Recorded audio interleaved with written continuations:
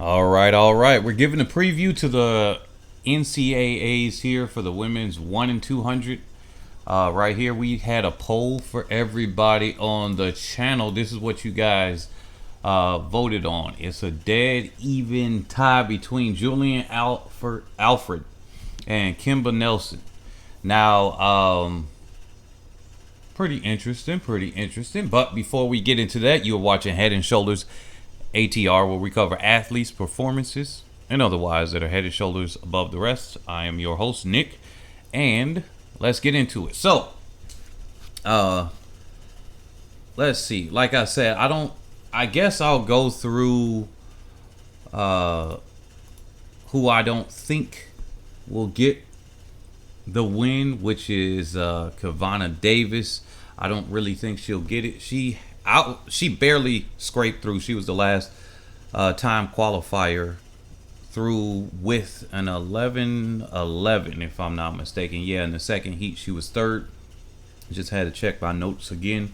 And then I don't think Lloyd is even in contention for that. So she hit her personal best just to make it through, and she's the second or the first time qualifier. But then let's go into some other people here. Now, Melissa Jefferson, she's the indoor 60-meter champion. So I think that'll give her an edge with the start. She can come through as maybe a dark horse win, but I don't think that Jefferson, the sophomore, is going to come through with this either. Now, when it comes to, okay, hold on, guys. All right, I had some notifications popping up, but anyway, when it comes down to the other athletes, Grace, Rosemary, Kimba, Julian, and Abby. Okay, I think this is how it goes down. I think Julian, Alfred. This one is also hard for me between where you guys voted here, between Alfred and Nelson, because Nelson has what it takes to be able to get the win. But I think the real issue here is I think Julian Alfred has shown me throughout the season that she's a competitor that can win. Kimba Nelson, if you rewinded this to a year ago, I would have thought, hey, she got a chance to win because of how it looked coming into the final. Right now, I think she still got a chance to win, but I think it's more likely that she's gonna get a second place. But it's gonna be a toss up. If she wins, I'm not surprised. Favor O'Philly. Now, looking at her coming into this, let's bring this one here. Favor, I think she's more so the 200-meter athlete. But remember, LSU has been doing a very, very good job with her this year, working on her speed. Because she comes in from Nigeria as a 400-meter athlete. That's what she made the World Championships in 2019 when she was 16 years old. She made the World Championships in Doha, and she made the semifinal. So she's already a world-class and elite 400-meter athlete, and she didn't really PR too much in her 400. As we can see, they focused that last year they brought her in as what she was, and this year they're putting her down and running her in the 100, because last year they didn't really run her in the 100 at all. So this year, that's great, but I don't know if that's been enough time for her to transition over to actually being a damage in the 100, because if she had, I think she had a misfire start, and then she had to really work in order to qualify through out of the semifinal. Obviously, she's an automatic qualifier, but I think she had to work a little bit harder than she would have liked, and maybe even her coach would have liked. And I think that was a misfire for a start, because she's more so from the 400-meter athlete perspective. I look at her like I guess if you can look at a Sharika Jackson moving down here, except everybody's not going to be the same. I'm just giving this as an example. Sharika Jackson moving down to the 100, and then she's okay at the start of the 100, but if she has a bad start, then she'll have to work a lot harder just to get up there with the rest of the field. That's the same thing here with Favor Ophelia. If she can get a good start, if she gets a fair start, I think she's good for getting second between those top two of my picks right there. If she gets a great start, I think she can actually win. But she's gonna have to have one heck of a start in order to get this one, because she's gonna have to go in the 10-8s right here. Obviously, the other athletes have a 10-8 with win assist, but I think she's gonna have to get a 10-8. But the silver lining here is I believe that in her semi she actually ran against the wind. Now, getting up to Rosemary, I think Rosemary could pull up from Texas Tech. I think Rosemary could pull an upset. I don't know if it'll be too much of an upset, but I think it'll be an upset because I don't really see her as a primary contender for getting that win. She'll be up there in that top mix in the top 4. I still will have it. If I picked anything, it would be Alfred, then it would be Nelson, then Ophelia, in that order. 1, 2, 3. Abby Steiner might be able to upset in the mix or get in the mix somewhere, but I'm gonna tell you, I'd be very surprised if she wins the 100. Now, she was in there in the mix in the indoor 60, sure, but I don't know if she's gonna be here in the mix, or really even in that top 3. I would be surprised.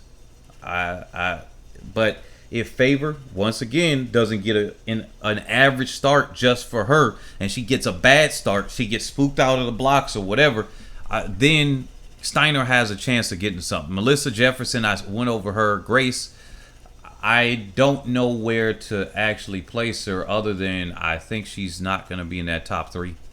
That's what I got for that. Now let's look at the 200 right here. 200. Now we're getting into a little bit of a different environment, because Abby Steiner, this is where she's in her element. She may not have the best start, but she can run this curve. She can run the heck out of a curve. Just look at Jenna Prandini. I look at it that way, as a similar profile to that, because we saw Jenna Prandini get out on the rest of the field. We saw her beat Shelly Ann Fraser-Price in the same race, and then boom, she got left. So Abby Steiner instead can run a good bend, looks better than her 100, and then come into the home straightaway and pull away from the rest of the field. Now here's the thing. Abby Steiner ran against that headwind, and I'm almost certain, with almost 100% certain that she would have had a faster time than Favor Ophelia here. So she got the potential, to run faster than that 21.6. But here's the issue. She may be able to peak at the right time. We'll see.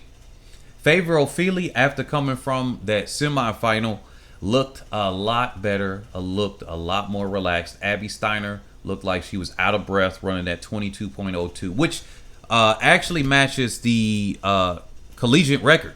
The collegiate record is Kyra Jefferson from Florida. She set that back in June 10th, 2017. So a few years ago, on this day, or almost on this day, she set that record. So it's 22.02. I am certain that collegiate record is going to go down.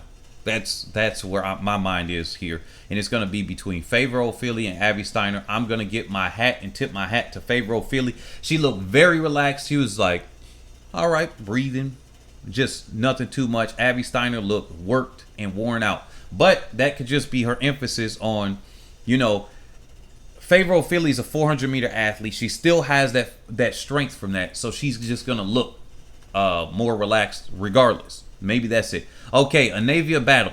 I was a little bit. I think I was a little bit surprised in some aspect that she didn't win her heat over Flannel of Texas. So even though that was a personal best for her, I think Battle could still do better. So what do I see for the rest of this field? Jefferson, no. Grace, no. Adidiong, no. I really, if I pick the top three, it's Ophelia, Steiner, and it's hard between Battle, Davis, and Flannel. I can't pick the third one. That's gonna be hard for me. Lloyd, she's not in contention here, but Kavana Davis, I think that she has what it takes to be able to get up there if she can get that curve and work that curve, because she's gonna be working against a Steiner that can pull away from her, and Ophelia that's just gonna get out on the field and can maintain and slightly pull away. And this is just for the top three here. So I don't think Kavana Davis will get the actual win. If she does get the win, I will color me surprised.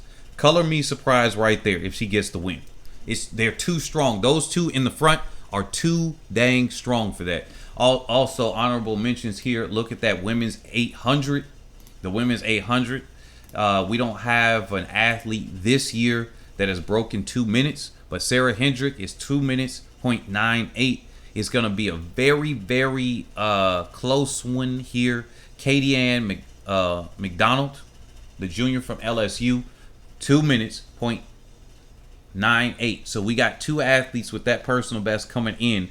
They're both ranked number one in college this year.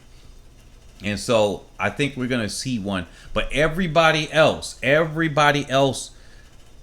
within a second or two of that. Oh, we actually have another Aaliyah Miller. I forgot about her from Baylor as I look at my notes. 2 minutes, 0.87 seconds. But she may have some trouble actually coming through with a win. McDonald, I think if she can get the advantage over Hendrick, she's going to be able to pull away from her in that home straightaway. That last 125, she might be able to pull away from her. The women's 5,000, it's going to be a very, I will be surprised if Tui doesn't win from NC State. That's what I got to say with that. And then if we look over to the women's 4x4, let's get back to the sprints. Now, remember, Abby just recently ran that 48.8 split for Kentucky.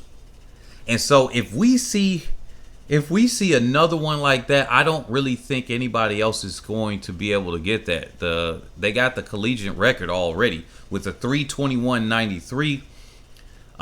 There's a 322.01 with Texas A&M, and of course, if Athing Mo was still there, I think we would be in a different conversation here, because with Athing Mo versus Abby Steiner, with that would have been a little bit different. But obviously, Texas A&M, they still got a lot there in the book, so it's going to be very close between those two. If somebody else gets in there, I'll be surprised. But Texas, they're trying to win this meet overall, and they got the athletes. If they can get those, if they can get Davis to get some crucial points in that 1 and the 2, and then they will be in a much better position coming into the 4x4 and not having to rely on that as much.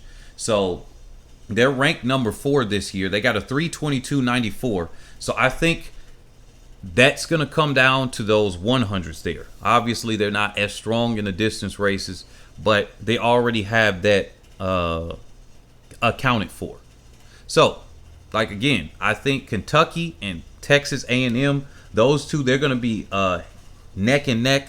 And really what I see here, I'm going to call it, I know 2 athletes on the team personally for Kentucky.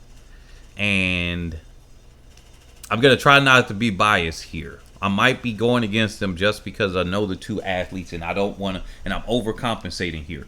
So for the talent-wise, it may be Kentucky, but because they're so close, I think Texas A&M might be able to pull this one away. Now, it depends on if they're having Abby Steiner be the anchor, they're having her on second or third leg, because that positioning is going to be able to determine this race. What do you guys think here for the women's 4x4? But anyway, I'll catch you all on the next video. We're going to be covering the men's recap for that 1 the 2 and some other races with Julian why did I say Julian? Joseph Famboule. He came and he saw and he conquered. But anyway, catch you all on the next one.